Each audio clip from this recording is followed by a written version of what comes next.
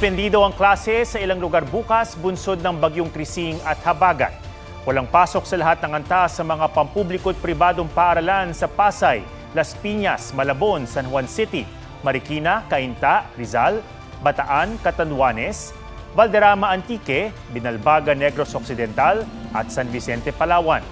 Mula preschool to senior high school naman ang walang pasok bukas sa Valenzuela City, Baguio City, Laguna, Talavera, Nueva Ecija, pati sa Aborlan, Palawan.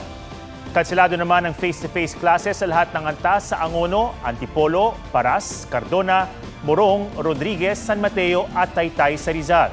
Gayon din sa Cavite, Calaca, Batangas at Talisay, Negros Occidental.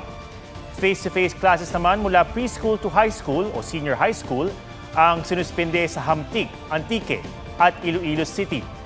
Pakipag-ugnayan sa inyong mga paaralan kaugnay sa pagpapatupad ng online o modular distance learning. Huwag magpahuli sa mga balitang dapat niyong malaman. Mag-subscribe na sa GMA Integrated News sa YouTube.